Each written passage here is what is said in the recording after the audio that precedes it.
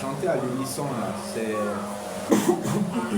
une bonne chose, hein, c'est une chose excellente, chanter à l'unisson. Oui, quand il y a beaucoup de sons qui couvrent les voix et qu'on ne s'entend pas, moi-même qui chante, je ne m'entends pas, celui qui est à côté de moi qui chante, je ne l'entends pas, ce n'est pas la même expérience que quand j'entends la voix de chacun. Quand j'entends la voix feutrée de Nadia, et puis j'entends la petite voix d'Hermine qui pique derrière là-bas, et puis la voix de Madame Zaï qui monte et qui nous laisse en bas ici. Hein? Quand on entend tout ça, c'est une expérience différente. Hein? C'est une expérience différente. Donc chanter à l'unisson, c'est bon. Ce n'est pas pour rien que, par exemple, où on chante à l'unisson. Où on chante à l'unisson. Quels sont ceux qui chantent à l'unisson? Rassemblement d'armées. Les soldats. Merci. Merci. Que ce soit les policiers, les militaires. Oui, qui chantent à l'unisson. Hein? Oui, c'est vrai. Et les chants qui chantent là, c'est important pour eux. C'est vrai. C'est vrai. S'ils ne chantent pas, ils ne ressentent pas la même chose que quand ils chantent. Et généralement, ils chantent à quel moment? Quand ils sont en train de fournir des efforts. Et quand ils sont en groupe, tu ne vas pas voir un qui est en train de courir sur les pieds, ils chantent. Quand ils sont en groupe, ils chantent à l'unisson. Quand ils sont en train de fournir des efforts. Et il y a des chants de rassemblement même, quand on est au front, quand on est en guerre et tout ça. Il y a des chants, hein, selon les différentes circonstances. Mais parce que le chant à l'unisson, là, il a un effet et il a un rôle qui est important dans la motivation, dans la mobilisation de nos, comment je peux dire ça, de nos énergies, de notre foi, de notre courage, de notre vaillance, de notre bravoure. C'est tout ça que le chant à l'unisson provoque. Est-ce que vous voyez? C'est pour ça que je dis, c'est dans cet état d'esprit également que nous devons chanter. Quand nous chantons les cantiques en l'honneur de notre Seigneur, de notre Roi, c'est dans cet état d'esprit qu'on doit chanter ces cantiques-là également. Quand on a à l'esprit les thématiques qu'on a dans les différents chants, on entend les paroles, on sait de quoi il s'agit, Il ne faut pas que ça soit un cantique juste pour le plaisir des oreilles ou bien juste parce que c'est le moment de chanter des cantiques. Mais il faut que ça évoque des choses pendant qu'on est en train de chanter. Il faut que les paroles qu'on dit dans le cantique là, ça ait du sens. Il faut que ça ait du sens. Il faut que ça soit vrai.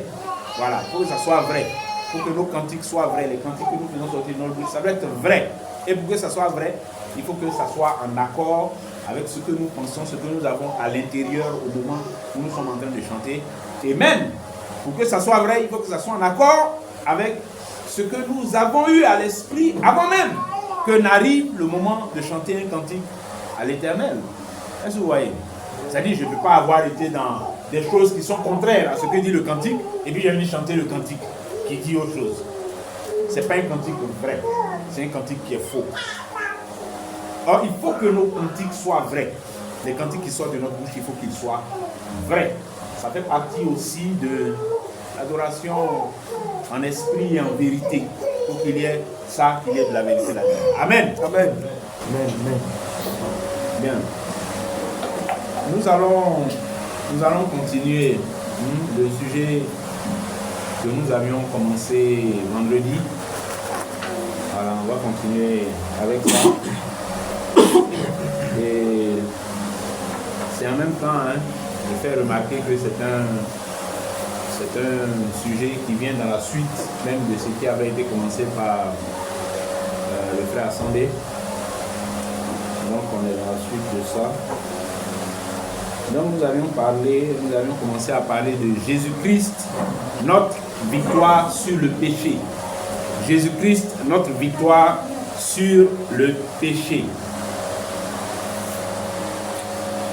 Alors je fais quelques rappels pour nous rafraîchir la mémoire avant d'entamer les développements de cet après-midi. Alors, vendredi, nous avons dit que la vie en Christ est une vie de victoire.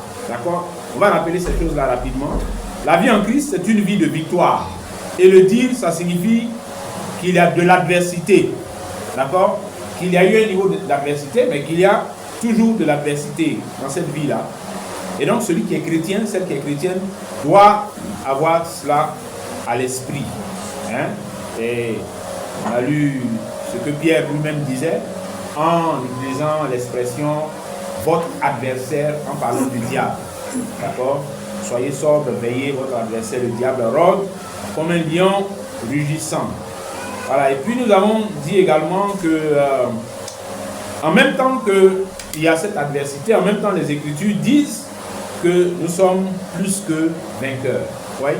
On a présenté ça comme ça. Il y a de l'adversité, mais dans cette adversité, les Écritures disent que nous sommes déjà plus que vainqueurs. Et puis, également, nous avons dit que la liberté que Christ nous donne par sa victoire ne doit pas être un prétexte de vivre selon la chair.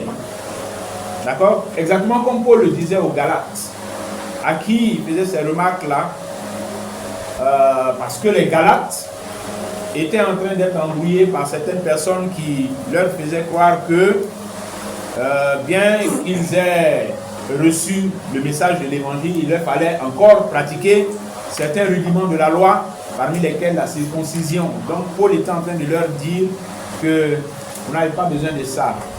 Vous n'avez pas besoin de ça.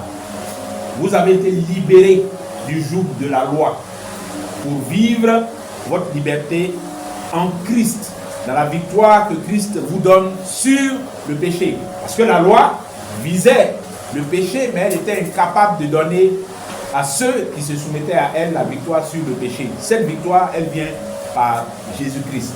La loi a été donnée par Moïse, la grâce et la vérité sont venues par Jésus-Christ. Et donc c'est en rapport avec cette liberté acquise par la victoire de Christ sur le péché que Paul leur dit: vous avez été appelés à vivre dans la liberté, mais ne faites pas de cette liberté un prétexte de vivre selon la chair. Et c'est valable pour nous. ne faisons pas de la liberté que nous avons en Jésus-Christ, contrairement à ceux qui étaient sous le joug de la loi, ne faisons pas de cette liberté-là un prétexte pour vivre selon la chair. Dire que bon, comme Christ a remporté la victoire et que nous ne sommes plus liés, attachés par le joug de la loi, eh bien, nous sommes libres de vivre ce que nous avons envie de vivre. Parce que l'expérience de ces bien-aimés Galates, c'est que, étant donc libérés du joug de la loi, ils n'avaient plus, ils étaient dans une situation où il n'y a pas, c'est pas comme si on leur envoyait un nouveau livre pour dire, bon, Moïse il a fermé ça maintenant, voici le nouveau livre qu'il faut ouvrir. C'est pas ça. C'est pas ça. Donc du coup, on est en train de leur dire, vous n'êtes plus sous Moïse, mais en même temps, on ne leur donne pas un nouveau livre. Donc ils n'ont pas un nouveau livre. Et la tentation, c'est donc de dire, on n'a plus de joug sur la tête, donc on peut vivre comme on veut. On est libre, on peut vivre ce qu'on veut. D'ailleurs, Paul dit que nous sommes libres. Désormais, nous sommes libres. Donc on peut vivre comme on veut. Ne faisons pas de cette liberté un prétexte pour vivre selon la chair. On va dire, Christ a remporté la victoire, donc c'est fini, donc vivons comme il dit là, mangeons et buvons, demain nous mourrons. Qu'il n'en soit pas ainsi. Amen. Et puis nous avons dit également que puisque la victoire nous est acquise, ce qui nous est demandé, ce n'est pas d'aller mener la bataille encore pour remporter cette victoire, elle a déjà été remportée. D'accord? Ce qui nous est demandé, ce n'est pas d'aller à nouveau à la croix pour nous faire crucifier. Ce qui nous est demandé, ce n'est pas d'aller nous faire ensevelir pour ressusciter encore. Tout ça, c'est déjà accompli. Et donc, comme nous avons été crucifiés avec Christ, comme nous avons été ensevelis avec lui, comme nous sommes ressuscités avec Christ, ce qui nous reste à faire, c'est quoi? C'est de vivre. Maintenant que nous sommes vivants, c'est de vivre. Donc, ce qui nous est demandé avec cette victoire-là, c'est de la vivre, c'est de vivre la victoire que nous avons en Jésus-Christ. Et puis, nous avons dit également que vivre cette victoire, ça veut dire croire la parole de celui qui nous dit qu'il a remporté cette victoire. Celui qui nous dit qu'il a remporté cette victoire et qui vient nous offrir gratuitement cette victoire-là. Il faut croire en sa parole. Il faut croire en ce qu'il dit. Quand il dit qu'il a vaincu, il a vaincu. Il faut croire. Quand il dit qu'il a été victorieux, il a été victorieux. Il faut croire. Quand il dit qu'il n'y a plus de combat à mener, il n'y a plus de bataille à mener pour cette victoire-là, mais que je l'ai remportée, que je vous l'ai offerte gratuitement, il faut croire en ça. Amen. Amen. Et puis nous avons dit également que vivre comme vainqueur sur le péché, vivre comme un vainqueur sur le péché par Jésus-Christ, ce n'est pas de regarder nos faiblesses, ce n'est pas de regarder nos faiblesses dans la chair, mais plutôt de regarder à celui qui a vaincu et en qui nous avons la force et le pouvoir de vivre cette victoire. Nous avons également dit que il s'agit pour nous de trouver en Christ la force dont il a fait la démonstration en acte et en parole. Jésus, la victoire qu'il a remportée là, il nous en a fait la démonstration en acte et en parole. Donc ça, c'est des choses qui représentent un modèle pour nous. Christ est venu comme un modèle pour que nous également, nous puissions avoir l'assurance et la certitude que ce qu'il nous demande là, c'est faisable. Lui-même, il a fait. Amen. Notre part, c'est donc de pouvoir le suivre sans douter, de croire sans douter que cela est possible. Que quand le Seigneur nous dit que il a vaincu et que nous devons marcher dans sa victoire. Et que nous devons, comme les Écritures disent, nous regarder comme morts au péché. Eh bien, que effectivement, c'est ça, c'est ce qui s'est passé. C'est une réalité spirituelle, c'est quelque chose qui s'est produit, qui est arrivé effectivement. Nous devons le croire, sans en douter. Et puis nous avons dit également que la résignation face au péché avant de parler de la résignation, nous avons parlé également de la miséricorde. Voilà. Nous avons dit que, vous voyez, la miséricorde ne doit pas être utilisée comme un prétexte non plus pour vivre dans la résignation. Et on a expliqué que résigner, ça veut dire que, bon, on baisse les bras et on se dit, vraiment cette vie de victoire là, c'est pas pour moi, c'est trop compliqué, c'est trop difficile, ce n'est pas à ma portée, et donc moi, je préfère me jeter dans les facilités de la chair. Et puis bon, d'ailleurs, Dieu, il est miséricordieux, n'est-ce pas? Il est miséricordieux, donc il me fera forcément miséricorde, puisqu'il est plein de miséricorde, il est riche en miséricorde. Nous avons attiré l'attention sur ça vendredi pour dire que c'est pas comme ça qu'il faut comprendre et qu'il faut prendre la miséricorde de Dieu.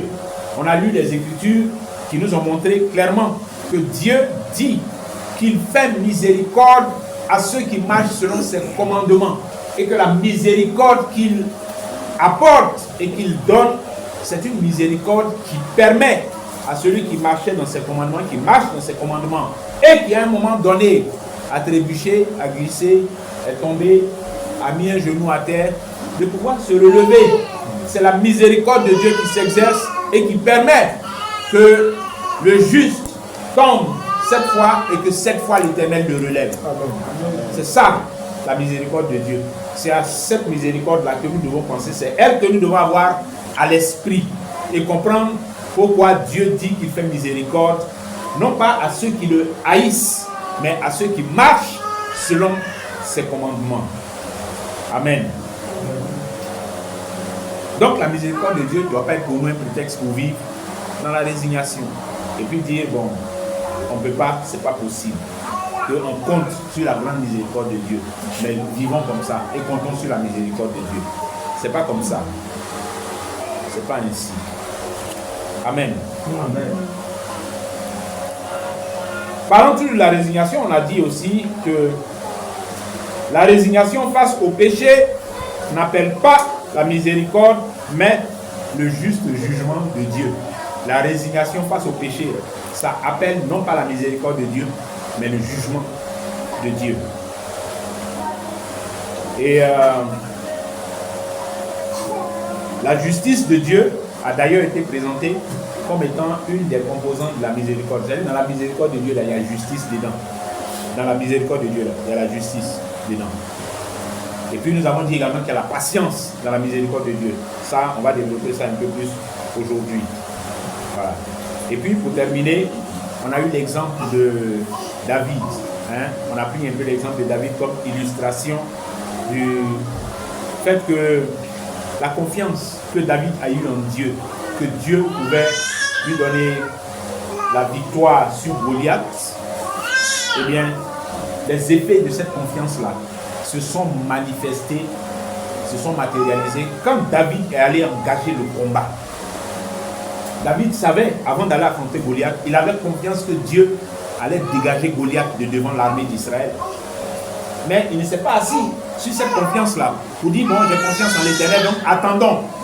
À un moment donné, Dieu va dégager Goliath. Non, David avait confiance en l'Éternel, David avait confiance en Dieu, mais c'est quand il est descendu dans la vallée pour affronter Goliath que les effets de cette confiance-là se sont manifestés et que Dieu est intervenu pour dégager Goliath, pour lui permettre de le terrasser. De même, nous également, la confiance que nous avons en Dieu, que Jésus-Christ a remporté la victoire sur le péché et que nous pouvons entrer, nous devons entrer dans cette vie de victoire-là et triompher sur le péché effectivement, eh bien, cette confiance-là ne doit pas rester juste une confiance de contemplation, une confiance théorique, une confiance de rêve, dans laquelle on se lève le matin et puis on dit oui, on a confiance que Dieu a déjà accompli tout ça, que Jésus a accompli tout ça, et que cette confiance-là ne se traduise pas par des actes concrets qui démontrent qu'effectivement, on a cette confiance en Dieu qui nous a donné le pouvoir de dominer sur le mal, de dominer sur le péché, d'être vainqueur du mal par le bien. Ça doit se démontrer, se manifester par des actes. Que nous avons effectivement confiance en Dieu. Amen. Amen. Amen.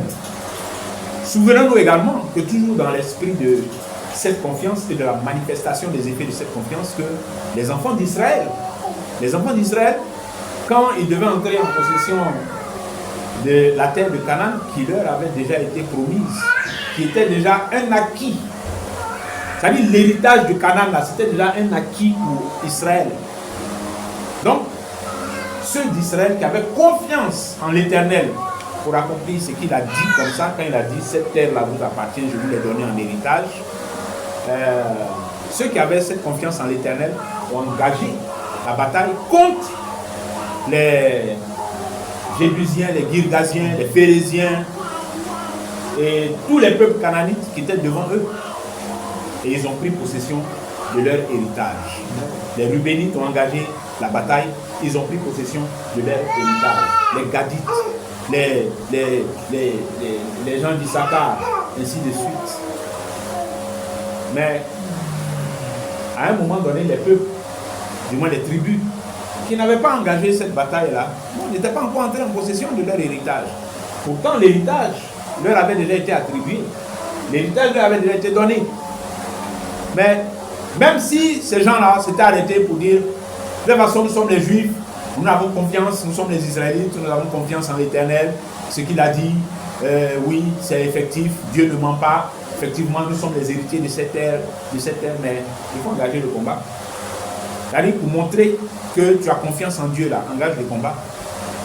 Et c'est dans le combat que tu engages que Dieu te donne, effectivement, la manifestation des effets de la confiance que tu as eue en lui.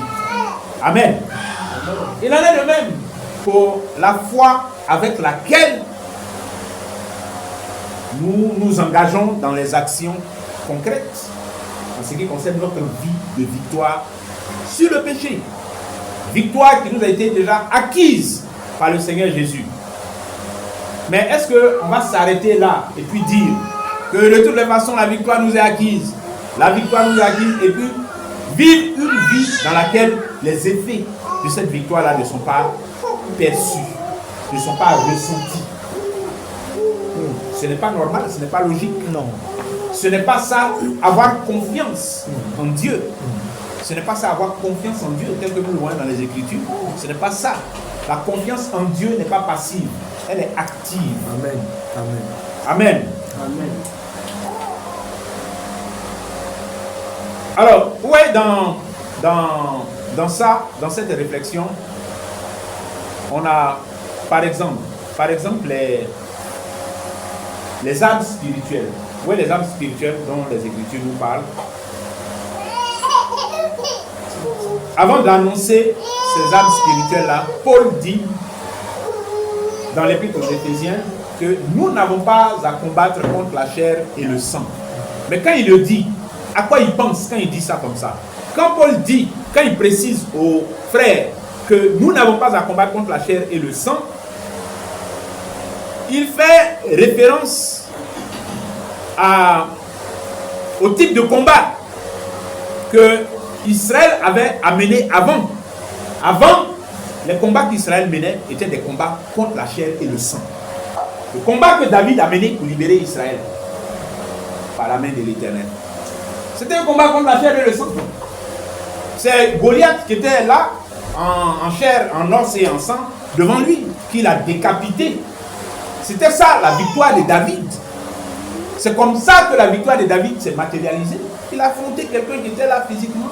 Et quand Israël obtenait une délivrance, quand on voit dans le livre des Juges, chaque fois qu'Israël obtenait une délivrance, c'était une délivrance après une bataille contre la chair et le sang, contre les Amalécites, contre les Philistins.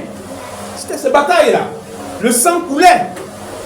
Quand vous voyez David lui-même, la raison pour laquelle Dieu n'a pas voulu que ce soit lui qui bâtisse le temple, mais il a dit qu'il a du sang sur les mains. Mais parce que les victoires de David qui ont fait sa renommée, qui ont fait de lui un grand, c'est entre autres choses parce qu'il a été un guerrier. Pas seulement dans sa bataille contre Goliath, mais plein d'autres guerres qu'il a eu à remporter contre des ennemis farouches. Donc, ces gens-là, à cette époque, eux, ils avaient à lutter contre la chair et le sang. C'est en rapport avec ça que Paul dit maintenant aux frères, aujourd'hui, dans l'église, à la différence de ce que Israël menait comme combat, aujourd'hui, nous n'avons pas à lutter contre la chair et le sang, mais contre les dominations, les autorités, les principautés, les esprits méchants dans les lieux célestes. Donc, une bataille qui a basculé du physique au spirituel. Et pour justifier que, effectivement, ces batailles nouvelles, pour nous, sont des batailles spirituelles, il va énumérer les armes avec lesquelles nous combattons, qui ne sont pas charnelles. Les armes avec lesquelles nous combattons, qui ne sont pas des armes physiques. C'est pour ça qu'aujourd'hui, nos ennemis, ce ne sont pas ceux qui sont là physiquement, je ne sais pas, qui peuvent même nous en vouloir physiquement, qui peuvent nous en vouloir à mort même physiquement. Ce n'est pas eux, nos ennemis. Ce n'est pas eux que nous avons à combattre. Nos persécuteurs ne sont pas nos ennemis. Ceux qui nous maltraitent ne sont pas nos ennemis. Du moins, ce n'est pas eux que nous avons à combattre. Ceux-là, Jésus dit, on n'est qu'à les aimer. Il dit, on n'est qu'à prier pour eux. Alors donc, Paul énumère maintenant les éléments qui servent dans cette nouvelle bataille, dans ce nouveau combat. Ce combat dans une nouvelle configuration. Et donc aujourd'hui, nous combattons des ennemis spirituels. Et avec des armes spirituelles qui sont puissantes par la vertu de Dieu pour renverser des raisonnements et résister à tout ce qu'on a énuméré, les dominations, les principautés, etc. Ça veut dire que notre combat aujourd'hui n'a plus pour but de vaincre la mort. C'est le combat que Jésus a mené pour nous. Amen. Notre combat aujourd'hui n'a plus pour but de vaincre la mort. Il n'a même plus pour but de vaincre le péché. Amen. Parce que le péché a été crucifié dans la chair quand Jésus mourait à la croix. Donc, notre combat n'est même plus à ce niveau. Bien aimé. Notre combat, c'est de résister, de tenir ferme, de résister. C'est ça qui est marché dans cette victoire. La victoire nous a acquise, nous marchons là-dedans, mais nous devons y marcher avec persévérance, avec ténacité, avec résistance, avec constance. C'est ça qui est notre part. Nous devons marcher dans cette victoire avec résistance. Amen. Amen. Jacques le dit, en Jacques chapitre 4, verset 7, Jacques dit, il dit quelque chose d'intéressant. Il dit, soumettez-vous donc à Dieu, résistez au diable. Soumettez-vous donc à Dieu, résistez au diable. Et c'est suffisant pour qu'il fuit loin de vous. Soumettez-vous donc à Dieu. Se soumettre à Dieu, regardez par quoi il commence. Soumettons-nous à Dieu. Se soumettre à Dieu. C'est pour ça qu'on a dit la dernière fois que dans notre marche, dans la victoire sur le péché, nos regards ne doivent pas être tournés vers le péché. Regarde le péché. Les yeux sont rivés sur le péché. Les yeux sont rivés sur le péché. Et puis on va vivre une vie douloureuse, pénible, de grincement de dents, de gémissement. Tant que les yeux sont rivés sur le péché, celui sur qui nos regards doivent se porter, c'est celui en qui nous avons la force, la puissance de vivre cette victoire, c'est Jésus. Amen. Regardez, dans le désert, quand le serpent d'airain a été élevé, Jésus a dit, comme Moïse éleva le serpent, il faut que de même le Fils de l'homme soit élevé afin que quiconque croit en lui ait la vie éternelle. Amen. Mais même quand on fait une analogie plus directe entre la façon dont le serpent fonctionnait et puis Jésus, comment les Israélites avaient la guérison dans le désert quand ils avaient été piqués? Comment ils avaient la guérison? Oui. Il fallait lever les yeux vers le serpent. il fallait lever les yeux vers le serpent d'airain. Pas vers celui qui a mordu. C'est vers celui qui est pendu au bois. C'est vers lui qu'il faut lever les regards. Pas vers la source qui a provoqué la chose, mais vers celui qui a le remède à cette chose et qui a déjà vaincu. C'est vers lui que les regards doivent se tourner. C'est lui qui doit être l'objet de notre contemplation. Amen. C'est lui qui doit être l'objet de nos soupirs, de nos désirs. C'est vers lui que nos regards doivent se tourner, que nos cœurs doivent être portés, pas vers le péché. Pas vers le péché.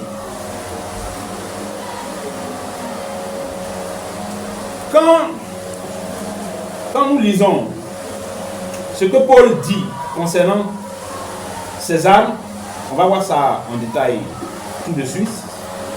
Ouais, l'objectif de tous ces outillages que Dieu met à notre disposition, comme je l'ai dit, c'est que nous puissions marcher de façon ferme, tenir ferme dans cette marche-là, dans la victoire. Alors, j'aimerais vous inviter à faire cet exercice dans votre esprit pendant que vous m'écoutez. Parce que nous sommes en train de parler de quelque chose qui est très pratique, qui est très pratique, et le sujet que nous sommes en train d'aborder est un sujet qui est au cœur même de notre vie spirituelle. Notre rapport avec le péché. On gère ça comment? Notre rapport avec le péché. On regarde ça comment? On se regarde comment?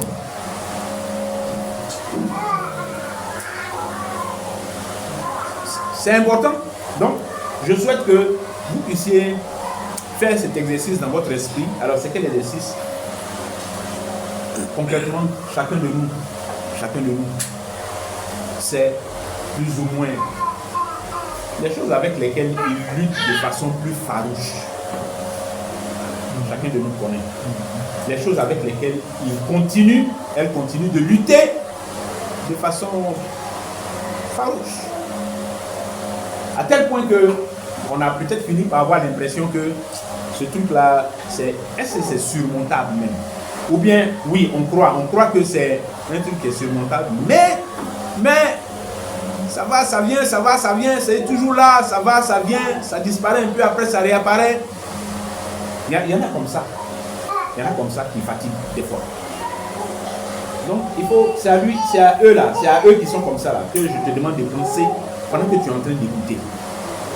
Les choses pour lesquelles tu as su effectivement voir les signes, les effets de la victoire que Jésus t'a donnée là. Il ne faut pas t'attarder là-dessus. Vois les choses sur lesquelles tu es encore en lutte. Les choses pour lesquelles tu as encore l'impression que c'est un peu fort, quoi. Vraiment, ça là, c'est un peu difficile. Il faut avoir ça à l'esprit. Pendant que tu écoutes tout ce qu'on est en train de dire. Ouais, déjà, ce qu'il faut qu'on retienne à ce point-là, c'est que, comme on a lu avec Jacques, la bonne attitude, c'est de se soumettre à Dieu. C'est-à-dire la marche dans cette victoire, c'est une marche dans une soumission à Dieu. C'est même pas pour faire...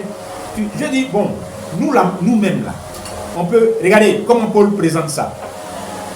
Que nous n'avons pas à lutter contre la chair et le sang. Donc, des choses même, tu ne vois pas. Ce sont des manifestations, ce sont des sensations, c'est comme ça que ça se manifeste. Le péché dont on est en train de passer, ce sont des pensées qui vont venir et puis bon, qui vont te conduire à poser des actes. Donc, ce n'est pas matériel. Ce n'est pas matériel. Toi, tu vas faire quoi contre quelque chose qui n'est pas matériel? Si c'était valable d'avant, au temps de David, là. On dit, on va chercher des bonnes machettes. On va chercher des bonnes machettes pour macheter les ennemis, là. Puis c'est fini, ils sont morts. On va chercher des bonnes flèches, mettre du feu devant là et puis les enflammer. Et puis mais ils ne sont pas matériels, ce n'est pas matériel. Le péché n'est pas matériel. Ça, tu vas faire quoi? Laisse ça à Dieu. Soumets-toi à Dieu.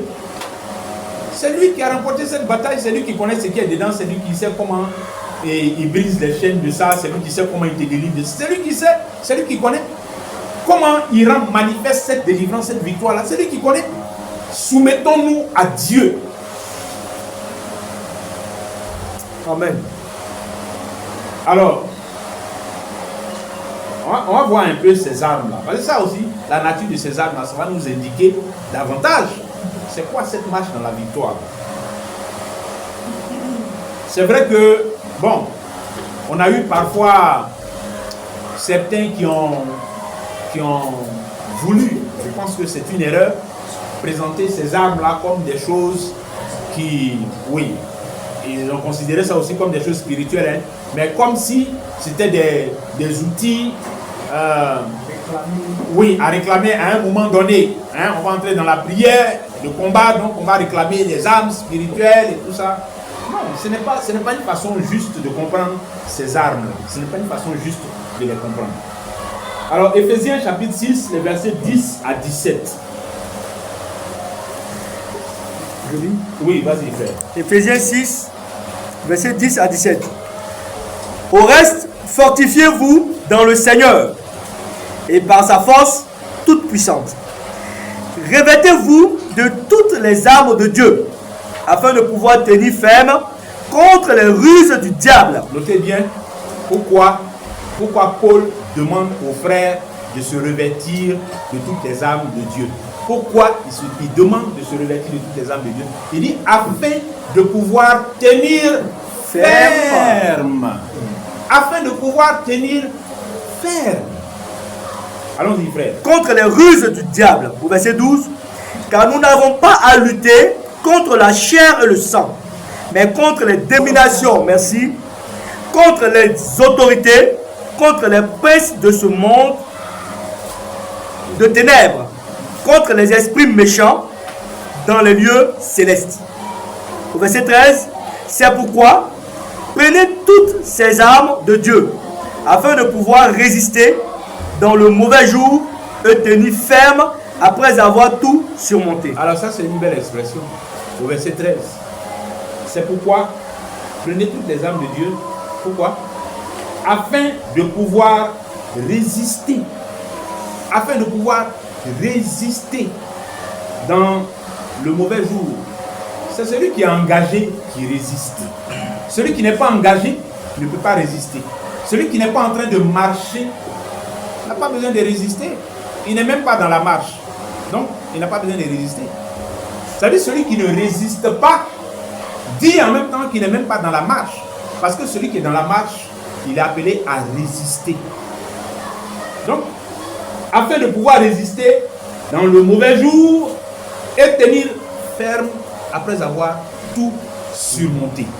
C'est-à-dire tout n'est pas de surmonter, mais après avoir surmonté, il faut tenir ferme. Amen. Amen. Allons-y, frère. Au verset 14, tenez donc ferme. Tenez donc ferme.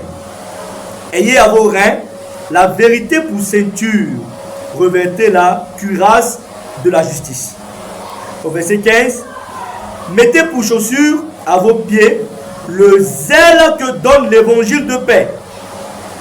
Prenez par-dessus tout cela, par-dessus tout cela, le bouclier de la foi, avec lequel vous pourrez éteindre tous les traits enflammés du malin. Allons-y. Au verset 17, prenez aussi le casque du salut et l'épée de l'esprit qui est la parole de Dieu. Amen. Amen. Où est un peu les éléments qui composent cette armure-là? Où les éléments? Ayez la vérité. Ayez la vérité. Pratiquez la vérité. Marchez dans la vérité. Soyez dans la vérité. Ayez la vérité dans la bouche. Ça, c'est une arme. Est-ce que vous comprenez? Marchez dans la vérité. C'est-à-dire, ce qui va vous permettre de manifester la victoire, ce qui va vous permettre de voir les signes de la victoire que Jésus-Christ a remportée et qu'il nous a donnée, c'est marcher dans la vérité, c'est demeurer dans la justice de Dieu, c'est vivre cette foi-là avec le zèle, donc vivre la foi, être dans la foi en Christ, c'est avoir conscience de son salut. Et puis, comme les Écritures disent, travailler à son salut. Et puis, faire de la parole de Dieu ce pourquoi Dieu nous l'a donné, nourrir notre foi, la connaître, marcher là-dedans. Vous voyez, ce sont ces choses-là qui sont la marche dans la victoire. Ce sont ces armes-là, ces outils, ces éléments-là qui nous permettent de marcher d'une manière efficace dans cette victoire que Christ nous a acquise. Et c'est en faisant ça, c'est en étant dans la vérité, c'est en étant dans la justice de Dieu, c'est en gardant la foi, c'est en vivant cette foi-là avec zèle dans la parole de Dieu. C'est en faisant toutes ces choses-là, bien-aimés, que nous verrons la manifestation de cette victoire que Jésus-Christ nous a acquise. Amen. Amen. Donc c'est ça l'objectif de se revêtir de ces armes. C'est ça. C'est pour ça que c'est important d'avoir ces armes et puis de vivre continuellement avec ça. C'est pas un truc on réclame quand on est prêt à prier. Tu as réclamé la vérité. Au moment où tu es prêt à prier, tu as réclamé la vérité. Ça, c'est quoi? Hein? Je demande la ceinture de la vérité. Mais c'est quoi? À un moment où tu as prié là, la vérité c'est quoi? C'est dans ta vie de tous les jours là que tu dois être dans la vérité. Dans ta vie de tous les jours. Que tu dois marcher dans la foi en Jésus-Christ. Dans ta vie de tous les jours. Que tu dois demeurer dans la parole. Afin que l'épée de l'esprit ne te quitte pas. Mais qu'elle soit toujours à ta disposition. Dans ta marche au quotidien. Amen. Et puis, alors tout à l'heure on a parlé un peu de la miséricorde. Dans laquelle j'ai indiqué que dans la miséricorde de Dieu, il y a la justice. Donc cette justice-là qui se manifeste par le fait qu'il déclare lui-même qu'il est miséricordieux envers ceux qui marchent selon ses commandements. Ça c'est juste. Et puis, dans la miséricorde de Dieu, il y a aussi la patience. Vous voyez, il y a la patience dans la miséricorde de Dieu.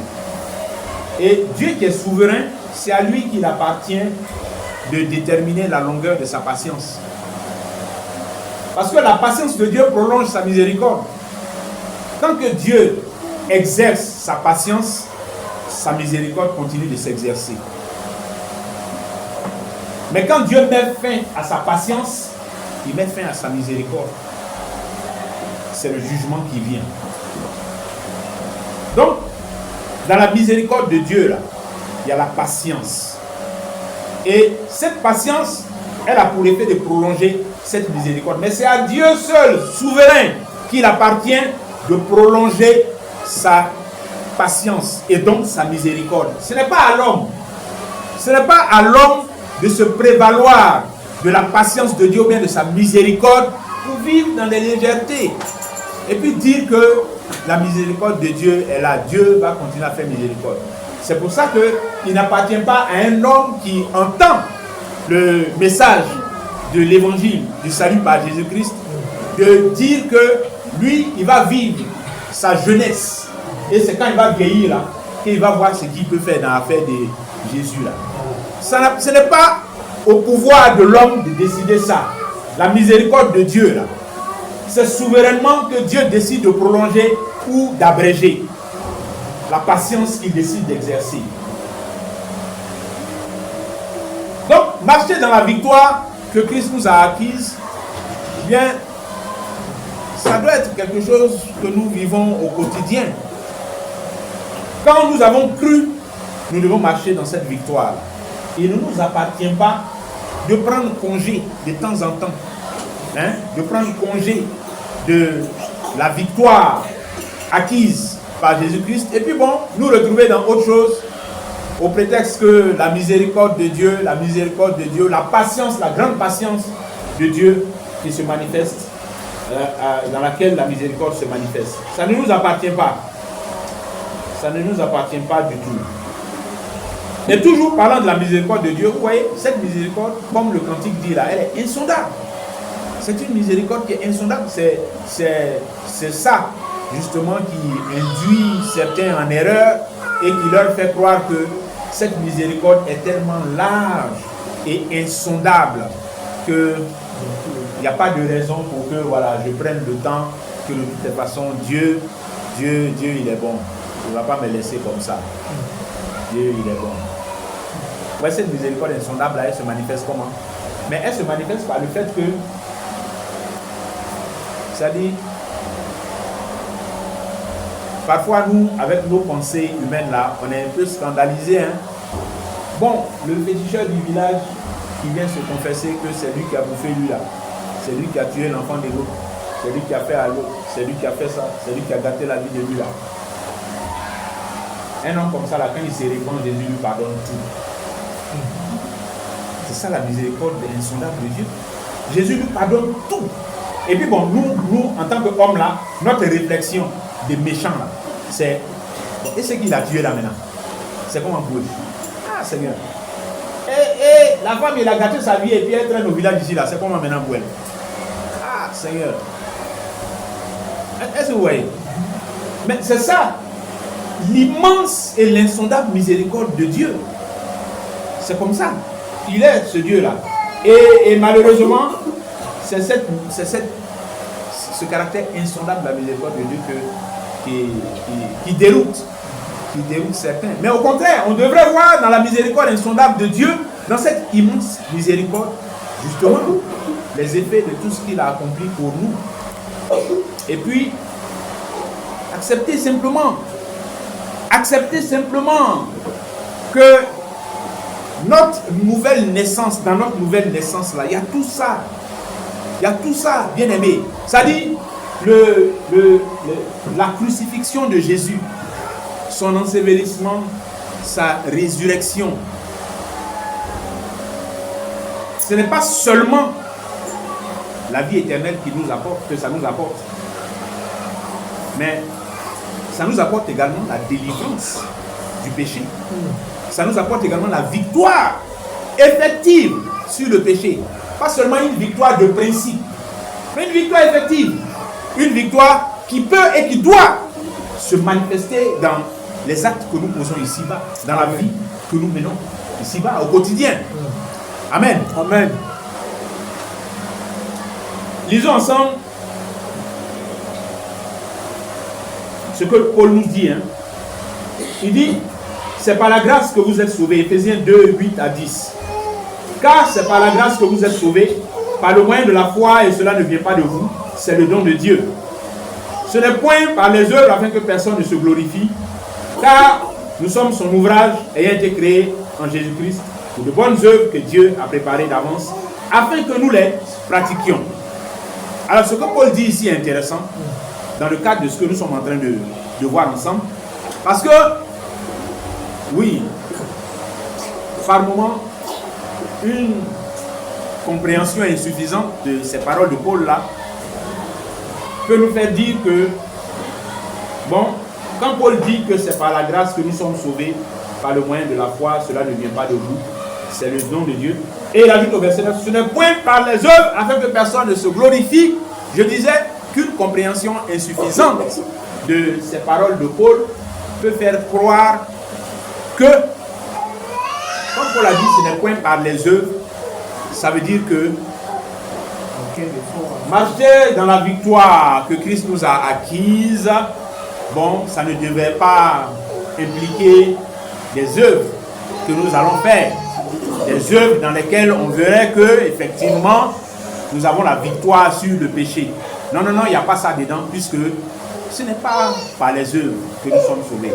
Mais bien aimé, ce que nous disons ne remet pas en cause ce que Paul dit.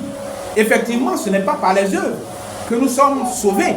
Ce n'est pas par les œuvres. Parce que, alors, comment l'affaire s'est passée? C'est-à-dire,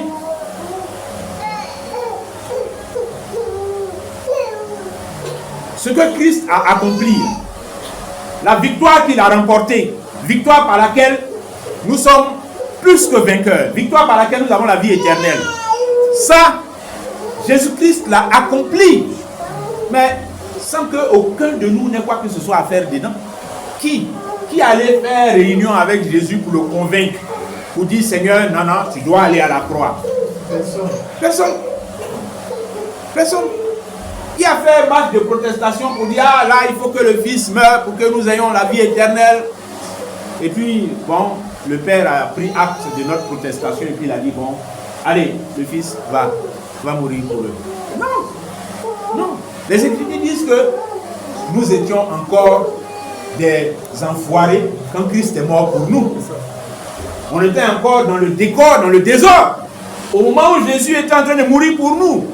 Bien aimé, à une époque où à peine même on accepterait de mourir pour un homme de bien, à plus forte raison pour des va-nu-pieds et des clochards comme nous. Donc, voilà la condition dans laquelle nous étions.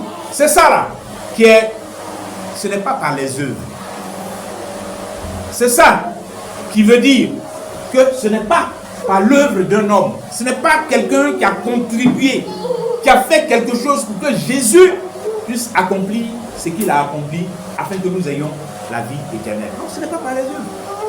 Et du coup, personne ne peut se glorifier. Personne ne peut se glorifier. Mais regardez ce que Paul dit à la fin de ce passage. Il dit quelque chose d'intéressant. Paul dit, au verset 10, il dit, car nous sommes son ouvrage, ayant été créé en Jésus-Christ pour de bonnes œuvres. Nous sommes l'ouvrage de Dieu. C'est-à-dire, quand il a fini de dire, ce n'est point par les œuvres afin que personne ne se glorifie. C'est-à-dire, ce n'est pas nos œuvres qui nous ont donné le salut. Mais, comme nous sommes l'ouvrage de Dieu, c'est Dieu qui nous a fait. C'est Dieu qui nous a fait renaître par Jésus-Christ.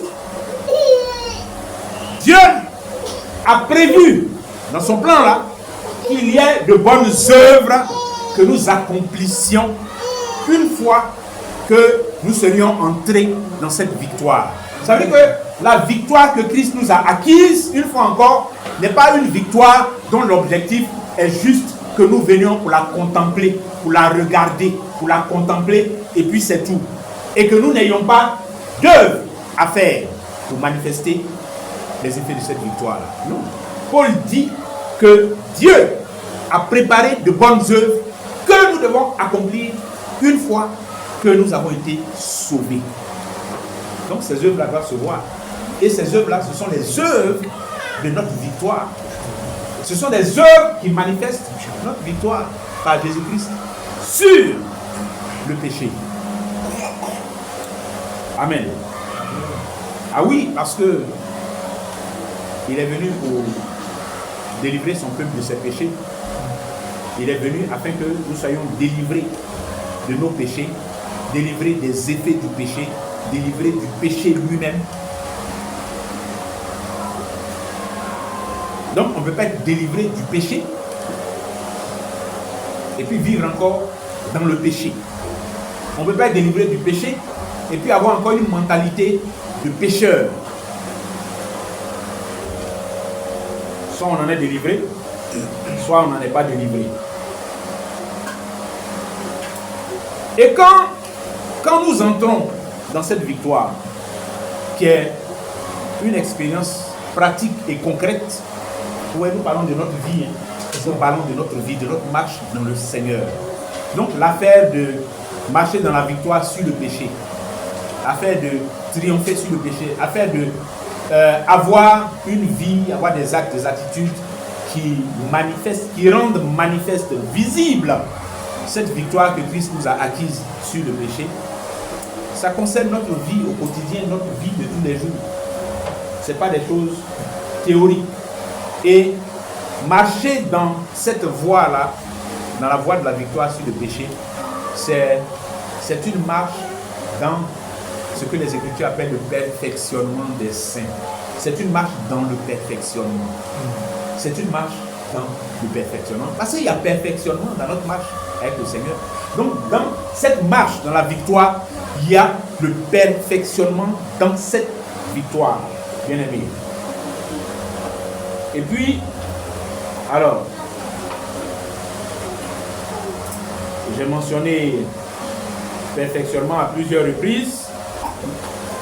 Et pour dire que quoi?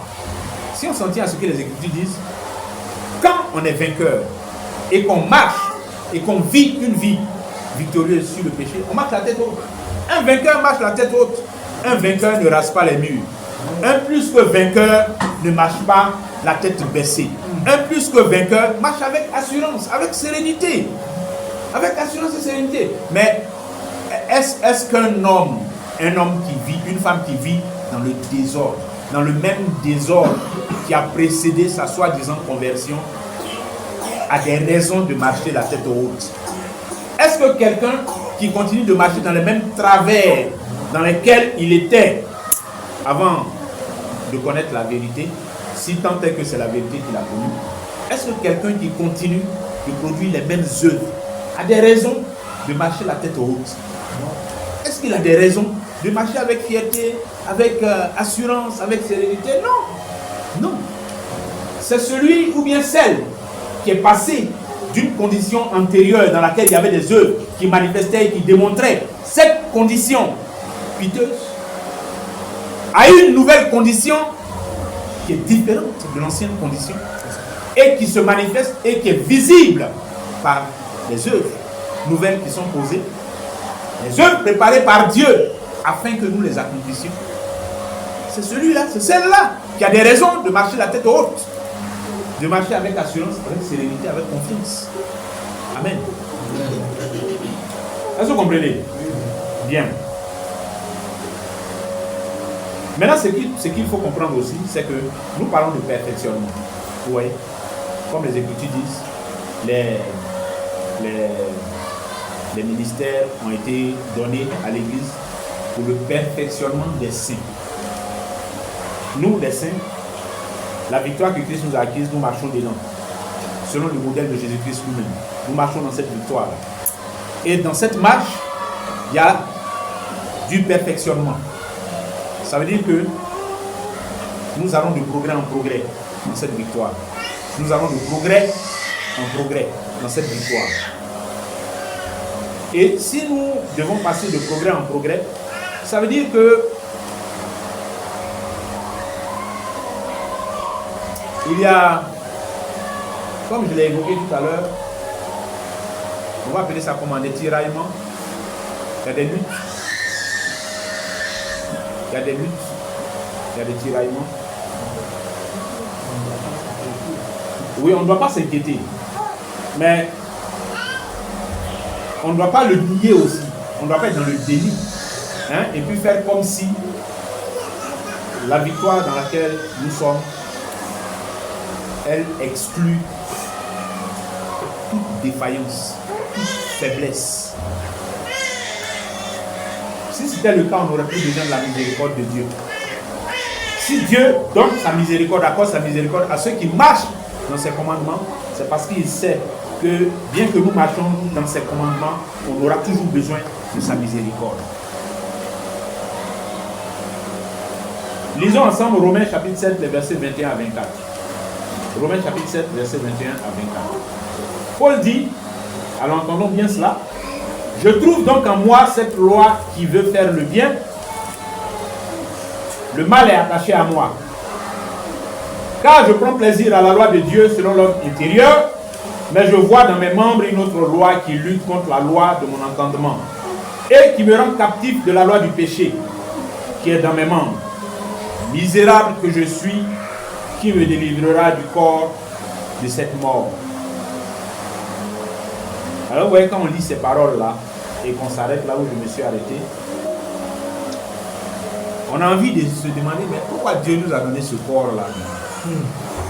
Ce corps-là, c'est lui qui nous fatigue, il nous emmène ce corps-là. Pourquoi Dieu nous a donné même ce corps? Cette viande-là, pourquoi il nous a donné ça? C'est la question qu'on a envie de se poser. Mais en même temps, bien aimé, j'aimerais attirer votre attention sur une chose. Le corps que Dieu nous a donné, là, ce n'est pas une malédiction. Notre corps n'est pas une malédiction. C'est-à-dire que ce n'est pas pour punir l'homme que Dieu lui a donné un corps. Genèse chapitre 1 et 2, c'est là-bas que Dieu crée l'homme. C'est là-bas qu'il lui fait un corps. Là-bas, il n'y a pas péché. On est d'accord? Dans Genèse 1 et 2, il n'y a pas péché. C'est à partir du chapitre 3 que le péché commence. Donc, dans ces deux premiers chapitres-là, c'est là-bas que Dieu crée l'homme et qui lui fait un corps. Donc le corps de l'homme n'est pas une malédiction. Au contraire, ça fait partie des choses que Dieu a regardées, qu'il vit que cela était très bon. Donc le corps de l'homme n'est pas une malédiction. Il ne faut pas regarder notre corps comme étant la cause de tous nos malheurs. Ça se trouve ailleurs. Il ne faut pas regarder notre corps comme ça. Parce que, on va parler un peu du corps d'ailleurs, parce que le corps a son rôle à jouer aussi dans cette marche, dans la victoire. Et donc, ouais, le problème qui affecte le corps et l'esprit aussi, parce que l'esprit aussi a été affecté, le problème qui les affecte, donc qui affecte le corps, puisque nous parlons du corps, ce n'est pas que le corps en lui-même est une mauvaise chose. Dieu ne peut pas nous donner un truc comme ça, qui est mauvais. Ce n'est pas que le corps en lui-même est une mauvaise chose. C'est le péché. C'est le péché qui est arrivé là, à partir du chapitre 3. C'est lui qui a affecté le corps. C'est lui qui a créé des dérèglements dans notre fonctionnement. Le péché qui a entraîné des dérèglements dans notre fonctionnement. Et quand il y a notre fonctionnement, c'est en tenant compte du fait que nous sommes faits d'un corps, d'une âme, d'un esprit. La façon dont Dieu a agencé les choses et prévu que ça fonctionne, c'est le péché qui a tout mélangé, qui a tout dérangé. Qui a tout dérangé. Est-ce que vous voyez? C'est-à-dire quand on pense au corps, alors il faut faire une différence aussi, parce qu'il y a une petite confusion qui peut se faire entre le corps et la chair. Quand on parle de la chair, parfois on voit immédiatement le corps, mais ce n'est pas juste.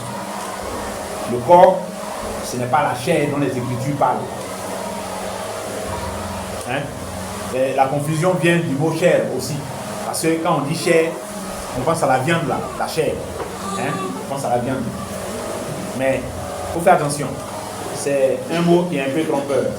C'est un mot qui est un peu trompeur. Lisons 1 Corinthiens chapitre 3, le verset 1.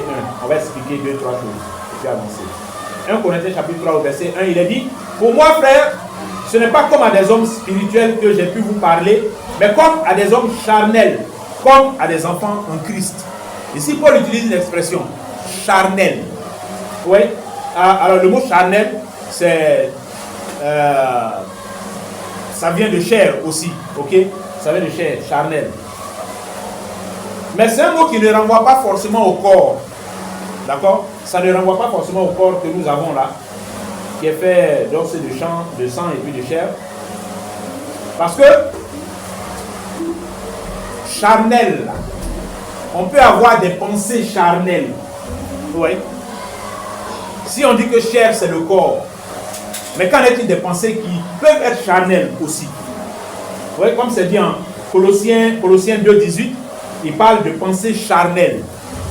En 2 Corinthiens 1,12, il parle également même d'une sagesse charnelle. Une sagesse charnelle. La même expression revient avec Jacques, en Jacques 3,15. Et puis, Paul parle également, tout à l'heure, il a parlé d'armes spirituelles, mais il parle même d'armes charnelles. Il dit les armes avec lesquelles nous combattons ne sont pas charnelles. Oui. Donc, chair là, ce n'est pas nécessairement le corps. D'accord? On va voir ça comme ça et puis tu vas trouver que le corps là est vraiment, c'est un corps à problème. Il ne sert à rien de bon. Il ne sert à rien de bon ce corps là. Dieu a mal fait de nous donner. Non. Dieu a bien fait de nous donner. C'est le péché qui a envoyé le problème. Alors, vous voyez, quand on dit tout ça, on comprend. On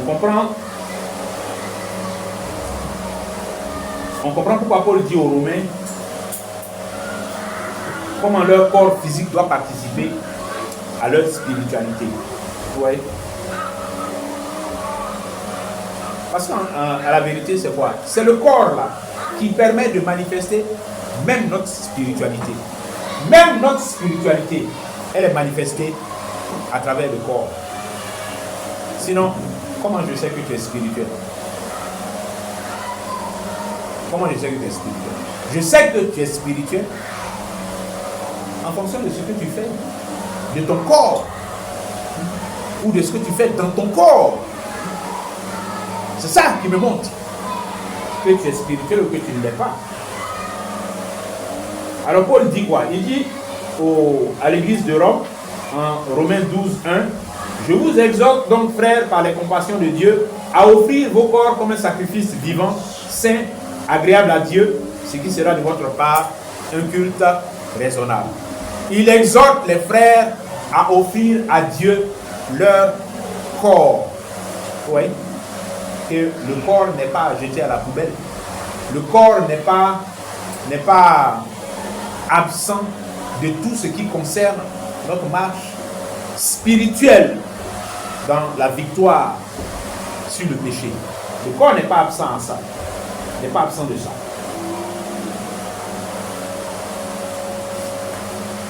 Regardez le Seigneur lui-même.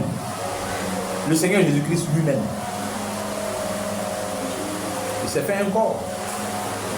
On parle du corps de Christ. N'est-ce pas? Il s'est fait un corps. Qui est son église. Mais qui est son corps, bien aimé. Et qui n'est pas un corps invisible. C'est un corps qui est physique, qui est là, qu'on voit.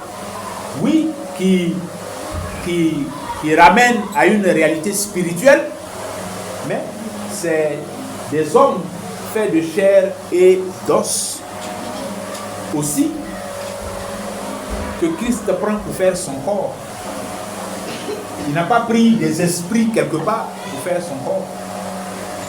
Donc quand on dit le corps de Christ là, il y a ce que nous sommes dans notre corps physique aussi, qui fait partie du corps de Christ. Mais parce que notre corps même ne nous appartient plus, comme les Écritures disent. Ce n'est même plus notre propriété, c'est la propriété de Dieu. Notre corps ne nous appartient plus. Et souvenons-nous également que ce corps, il est appelé le temple du Saint-Esprit. Ce n'est même pas notre esprit qui est appelé le temple du Saint-Esprit. En nous, il y a le corps, il y a l'âme, il y a l'esprit. Mais c'est le corps qui est appelé le temple du Saint-Esprit. Ça veut dire que le corps, là, il ne faut pas le banaliser. Il ne faut pas le reléguer à un plan inférieur là-bas, comme si lui, il n'avait pas un rôle important à jouer aussi dans notre spiritualité, dans notre marche spirituelle, dans la victoire sur le péché. Le corps a un rôle à jouer également là-dedans. Parce que vous voyez, bien aimé, en définitive, si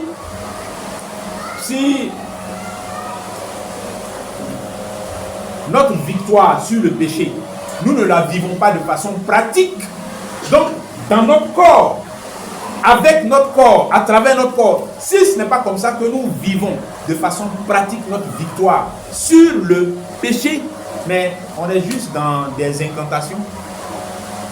On est juste dans des incantations. De belles intentions, c'est tout. Si notre corps ne participe pas à la manifestation de cette vie victorieuse sur le péché que Jésus-Christ nous a acquise, on sera juste dans les incantations. Ça veut dire que ce corps-là, même s'il n'a pas encore revêtu l'incorruptibilité, Paul nous dit qu'un temps viendra où ce corps corruptible va revêtir l'incorruptibilité. Mais même si ce temps n'est pas encore arrivé, présentement là où nous sommes là, dans notre corps, avec ce corps-là, c'est avec tout ça que nous nous soumettons à Dieu. C'est avec tout ça que nous marchons dans le Seigneur. C'est avec tout ça que nous marchons dans la victoire sur le péché. Mais pour nous dire quoi? Que cette vie victorieuse là, c'est une vie pratique. C'est là que je vais nous amener. C'est une vie pratique. C'est une vie pratique. Parce que notre esprit ne va pas sortir de nous et puis aller vivre une vie victorieuse sur le péché. C'est dedans. C'est dans cette viande-là que nous devons vivre cette vie victorieuse sur le péché. C'est dedans. C'est avec ce corps-là que nous devons vivre une vie victorieuse sur le péché. Alléluia. Regardez, Paul dit à ce sujet, ne te laisse pas, en Romains 12, 21, ne te laisse pas vaincre par le mal, mais surmonte le mal par le bien. Ne te laisse pas vaincre par le mal, mais surmonte le mal par le bien. Une fois encore, retenons que la vie de victoire sur le péché, c'est une vie qui est pratique. Mais elle ne pouvait être que pratique. Parce que la vie de défaite dans le péché, dans le mal, c'est comment? Est-ce que le péché là, c'est on est là et puis on est dans les contemplations du péché, non, on pose des actes, on fait des choses. C'est ça qui est péché là. On fait des choses, on agit, on bouge, on participe à des choses, on se met en mouvement, on réalise des choses avec notre corps, avec nos membres. On fait des choses, c'est ça qui est péché. Donc si le péché est de cette nature, ça veut dire que la vie victorieuse sur le péché doit être de la même nature. Donc également visible dans des actes, être pratique, être manifesté et démontré avec ce corps que Dieu nous a donné. C'est pour ça aussi que Dieu nous a donné ce corps, afin que nous puissions le glorifier par les choses que nous allons faire avec ce corps. Alors vous voyez, là nous sommes en train de toucher à quelque chose de très très très pratique et concret. Parce que ce que nous sommes en train de dire, c'est que c'est dans notre corps là que se manifeste la colère. Ouais. C'est dans notre corps là que se manifeste la colère. Que les signes visibles de la colère se manifestent. Dans notre corps. Le mensonge. Quand on ment, c'est la langue là, on entend. La langue fait partie du corps. Le mensonge là, c'est le corps là qu'on utilise pour mentir. L'esprit pense ça, mais c'est le corps là qui sert d'instrument pour faire sortir ça. Le vol. Ça, la main on vole. Ça, la main on va toucher les machines pour trafiquer les chiffres quelque part pour détourner l'argent. Ça, la main on vole. Ça, la main on vole des trucs au marché, on met dans les petits sachets. Ça, la main on vole.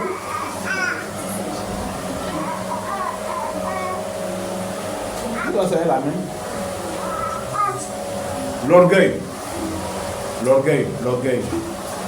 C'est la façon que tu vas te comporter, la façon que tu vas parler, tu vas sortir les mots de ta bouche, la manière que tu vas te comporter, l'attitude, la posture que tu vas donner à ton corps, les actes que ton corps va poser. C'est ça qui manifeste l'orgueil.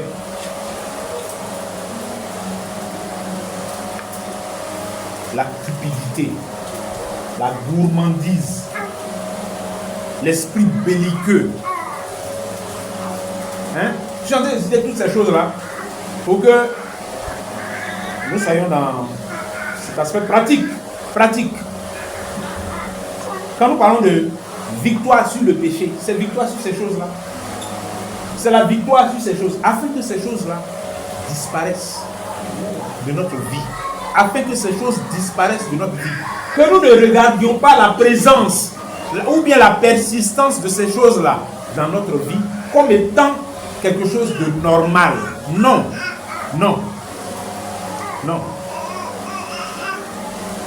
L'esprit belliqueux. C'est-à-dire, au quart de tour, tu démarres quoi? C'est, voilà, toi, on ne marche pas sur tes pieds. C'est toujours dans les dispositions de t'enflammer, de régler tes comptes. La paresse, les impudicités, l'ivrognerie, l'égoïsme, l'incrédulité, la négligence et puis les légèretés, l'irresponsabilité. Tout ça là, ça doit disparaître. Hein? Quand on n'a pas le sens de la responsabilité, c'est pas bon, bien aimé, c'est pas bon. On n'est jamais responsable de quelque chose. C'est les autres. On n'est jamais responsable de quelque chose. Et quand je parle de ces choses-là, je n'en parle pas seulement dans le cadre de l'Assemblée ici, hein. J'en parle dans tous les aspects de notre vie. Hein. Les rapports entre monsieur, madame, les rapports entre parents-enfants, les rapports à la maison, en famille. C'est tout ça, bien aimé. C'est dans toutes ces situations-là que le péché se manifeste. C'est donc là-bas que la victoire sur le péché doit être manifestée également. Les négligences qu'on peut avoir partout, dans toutes les circonstances. L'impolitesse. C'est-à-dire, il y a des choses, faut pas, comme on dit là, il y a un adage qui dit que celui qui se reconnaît malade, il est déjà sur la voie de la guérison. Celui qui se reconnaît malade là, il est sur la voie de la guérison. Celui qui est honnête avec lui-même. C'est-à-dire, quand toi-même tu sais que tu as des impolitesses, toi-même tu reconnais que vraiment c'est vrai, moi-même je reconnais que je suis impoli. C'est bon d'être honnête comme ça envers soi-même. Ça fait partie de la marque victorieuse, là, cette honnêteté envers soi-même. Parce que celui qui est toujours dans le déni, ah je ne suis pas comme ça, je ne suis pas comme ça, je ne suis pas comme ça, donc tu es comme ça. Tu es comme ça, c'est pas bon. C'est pas bon. C'est-à-dire que tu n'as même pas encore percuté dans ta tête là-bas que ce ne sont plus des choses pour toi, ce ne sont plus des choses qui te concernent. Parce que tu es appelé à marcher dans la victoire sur ces choses-là. Mais tu n'as pas encore percuté ça. Ça continue d'être présent. Mais au moins, il faut avoir l'humilité de reconnaître que c'est là. C'est là encore. Et puis dépasser ça. Le manque de sobriété. Le manque de sobriété. Ça aussi, ça fait partie des choses qu'il faut vaincre. Hein? Qu'il faut manifester. Les choses sur lesquelles il faut manifester la victoire. Le manque de sobriété. Hein? Les gens qui aiment se faire voir. Là. Les gens qui aiment qu'on les remarque. Donc ils sont toujours dans des choses extravagantes. Dans leur comportement, dans leur façon de parler, dans leurs attitudes, même dans leur habillement. En toutes choses, ils sont extravagants parce qu'ils veulent attirer les regards. En vérité, on dit tu cherches les yeux. Et tu es ici. Hein? C'est tout ça là que Jésus-Christ a écrasé et qu'on ne doit plus retrouver en nous. Bien aimés, les envies, envier les gens. Vivons en paix.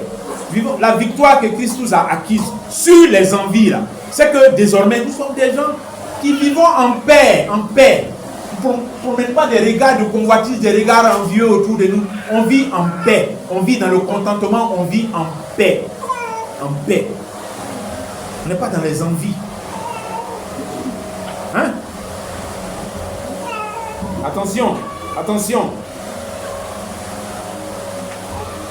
Et puis les idolâtries, dont on a déjà parlé. L'hypocrisie, bien aimé, l'hypocrisie. Ces choses-là doivent plus être mentionnées en nous. C'est ces choses-là que Jésus a dépouillé de leur pouvoir. Il y a pouvoir dans ça là, hein, sur ceux qui n'ont pas la victoire de Jésus-Christ. Il y a pouvoir dans ça, hein, ces choses qu'on est en train de citer là. Il y a pouvoir dedans. Mais ce pouvoir s'exerce sur ceux qui n'ont pas la victoire de Jésus-Christ. Ceux qui ne marchent pas de façon concrète dans cette victoire. Ceux qui continuent encore de se tromper par de faux raisonnements, qui se donnent à eux-mêmes l'impression que c'est pas faisable, c'est pas réaliste. L'amertume. C'est-à-dire la victoire que Christ nous a acquise là ne nous permet plus d'être des gens amers.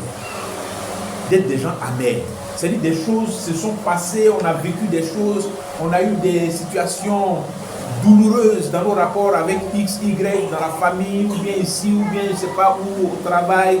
Bon, on a réglé, hein, on dit on a réglé la chose, mais il y a de l'amertume encore qui signale comme ça dans le cœur. Amertume, ça dort comme ça. Quand on repense un peu à l'affaire là, on ressent bien cette amertume qui nous donne une aigreur dans le cœur. Le cœur se serre un peu les mains. C'est moi qui ai laissé pour moi, tu n'as pas laissé. Tu n'as pas encore laissé, ça y est. Tu n'as pas encore laissé. Le manque de miséricorde. Bien aimé, ça là, c'est les choses. Ça dit tout ce que nous avons dit là. On n'a qu'à s'inscrire là-dedans. et puis laisser l'Esprit de Dieu manifester ces choses-là. Mais ce n'est plus à nous de mener cette bataille. Notre part là, c'est de croire. C'est de croire que mon cœur est capable de pardonner. Mon cœur est capable de pardonner. Croire ça. On va dire non, non, non. Moi, il y a des choses vraiment, il y a des choses là, il y a des choses. Non. Il faut croire. Il faut croire. Et puis vivre ça. Laissez Galates 2:20 se faire. Ce n'est plus moi qui vis, c'est Christ qui vit en moi. Est-ce que Christ qui vit en moi là, c'est son style de manquer de miséricorde, de ne pas pardonner, ou bien d'être lent à pardonner, ou bien que le pardon soit difficile? Est-ce que Jésus est comme ça? Jésus n'est pas comme ça. Donc si c'est lui qui vit en nous, c'est quand il vit en nous qu'on a cette victoire. C'est lui qui a remporté la victoire. C'est pour ça qu'il faut le laisser vivre. C'est lui qui a remporté la victoire. Il faut laisser vivre. Il faut laisser Jésus vivre. Pour que de toutes ces choses-là, on sorte. Qu'on soit extrait de ça. On va lire ce passage. Hébreux 12. Les versets 1, ensuite 12 à 17. Nous donc aussi, puisque nous sommes environnés d'une si grande nuée de témoins, rejetons tout fardeau et le péché qui nous enveloppe si facilement et courons avec persévérance dans la carrière qui nous est ouverte. Rejetons le péché, rejetons-le. Il n'y a pas de rapport entre lui et nous. Rejetons-le. Le péché là, il n'a plus de pouvoir sur nous. Il n'a plus de pouvoir sur nous. Vous vous souvenez, on a pris une illustration la dernière fois pour dire que la victoire que Jésus-Christ nous a acquise là, c'est comme on était assujettis à une armée étrangère, notre armée a engagé la bataille et puis a remporté la bataille. Et puis nous qui étions prisonniers là, les militaires viennent, ils ouvrent les prisons là. Et puis ils enlèvent les chaînes. Et ils sont arrêtés devant la porte. Ils attendent qu'on sorte. Et puis on est dedans, dans la cellule. Et on reste dedans. Et puis on jubile là-bas. Oui, on est libéré. On est libéré. Et on est toujours dans la cellule. On est toujours dedans, dans la prison. Et on continue d'avoir les réflexes de prisonniers, les comportements de prisonniers. On est là. Et puis on attend qu'à partir de 16h, la nourriture vienne. Parce que depuis on a été prisonnier, là, c'est à 16h que notre nourriture vienne. Donc on est toujours dans la cellule qui est grande ouverte. Mais on est dedans. Et puis à 16h, on attend notre nourriture. Au lieu de sortir, il faut aller vivre la vie d'un homme libre. Il faut aller vivre la vie d'un homme pour qui une victoire a été remportée. Les soldats ont remporté la victoire. Notre part, c'est de sortir. Il faut aller vivre un homme libre et victorieux. Mais pas encore avoir les réflexes de celui qui a assujetti au péché, les réflexes de celui sur qui le péché continue d'avoir force et puissance, au point de l'assujettir encore et de l'enchaîner à nouveau. Bien aimé, pourtant, on est censé être des hommes et des femmes libres du pouvoir du péché. Continue, frère. À partir du verset 12. Au verset 12. Fortifiez donc vos mains languissantes et vos genoux affaiblis. Et suivez avec vos pieds des voies droites, afin que ce qui est boiteux ne dévie pas, mais plutôt se raffermisse. Bien aimé, ce qui est dit ici, là, ce qui est dit ici, c'est très clair, hein? Ce n'est pas parce que les mains sont languissantes et ce n'est pas parce que les genoux sont affaiblis que on est dans la défaite. Ce n'est pas parce que les mains sont languissantes qu'on est dans la défaite. Ce n'est pas parce qu'on a les genoux affaiblis qu'on est dans la défaite. Non. Il dit fortifiez. Hein? Fortifiez donc vos mains languissantes. Même si les mains sont languissantes, on peut les fortifier, on doit les fortifier. Comment? Mais par le pouvoir que Jésus-Christ nous donne de triompher et de dominer sur le péché. Et fortifier également vos genoux affaiblis. Amen. Continue, frère. Au verset 14, recherchez la paix avec tous et la sanctification sans laquelle personne ne verra le Seigneur. Au verset 15, veillez à ce que nul ne se prive de la grâce de Dieu, à ce aucune racine d'amertume poussant des rejetons ne produise du trouble et que plusieurs n'en soient infectés. Racine d'amertume. Amertume. Racine. Les rejetons de l'amertume. Où est bananier? Le bananier là, quand bananier pousse, il y a quoi autour? Les petits bananiers qui commencent aussi à pousser, c'est eux on appelle les rejetons. C'est comme ça l'amertume fait. Le grand arbre de l'amertume est là, mais ça fait enfant. Amertume là, ça fait enfant. Amertume. Ton amertume est sur un objet précis au début, mais ça fait enfant. Et puis ça va avoir des ramifications. Pour aller créer d'autres choses,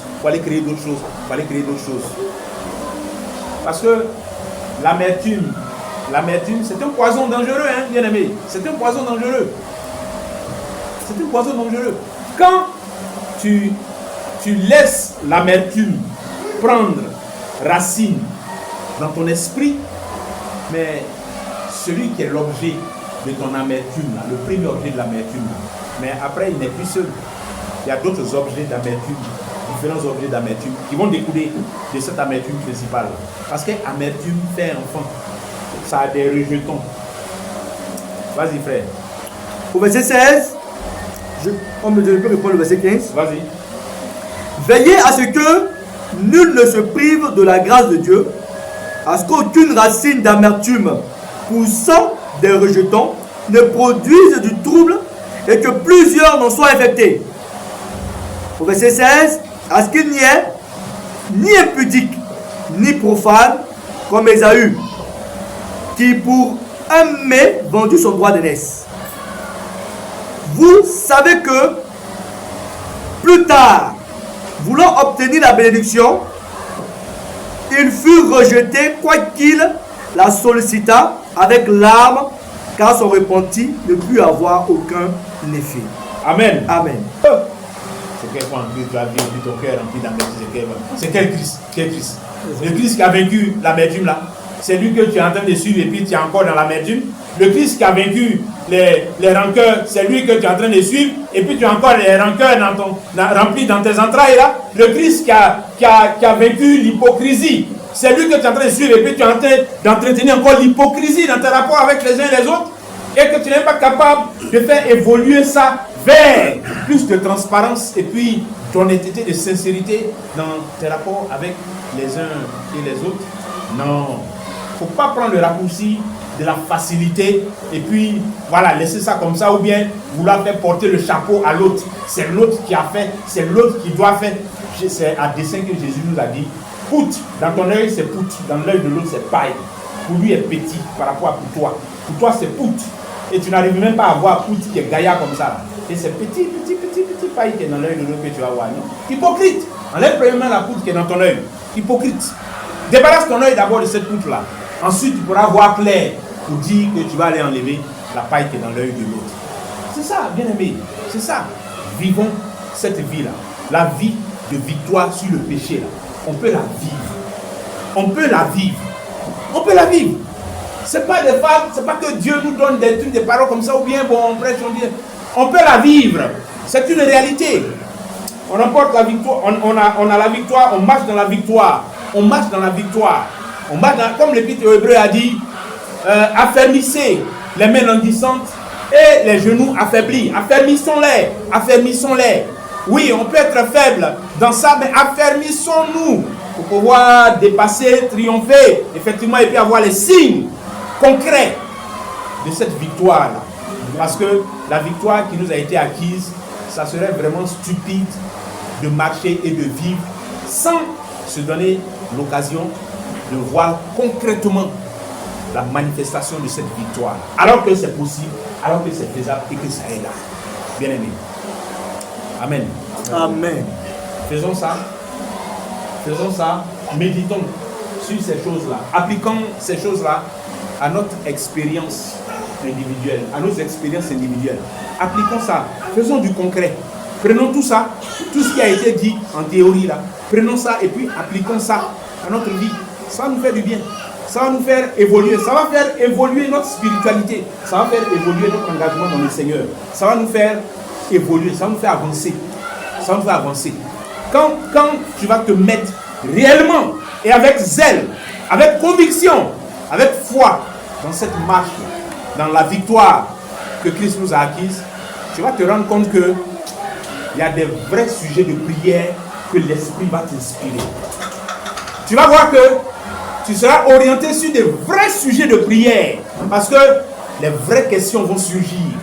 Les vraies choses sur lesquelles tu dois être soigné, tu dois être guéri là. Ça va sortir comme ça. Ça va sortir. Ça va sortir. Les choses que l'Esprit est prêt à traiter. Les choses dans lesquelles l'Esprit est prêt à nous soutenir et à nous faire évoluer, à nous faire avancer. Que Dieu nous aide. Amen. Que Dieu nous aide et que nous soyons vraiment sincères, sérieux, concrets là-dedans, afin que jour après jour, semaine après semaine, mois après mois, année après année, nous puissions rendre témoignage même à nous-mêmes déjà, à nous-mêmes d'abord, que vraiment, je suis en train de marcher dans la victoire sur le péché. Je suis en train de voir des Goliaths tomber. Je suis en train de voir des Amalécites tomber. Je suis en train de voir des Girgasiens tomber. Je suis en train de marcher concrètement dans la victoire et je vais de victoire en victoire.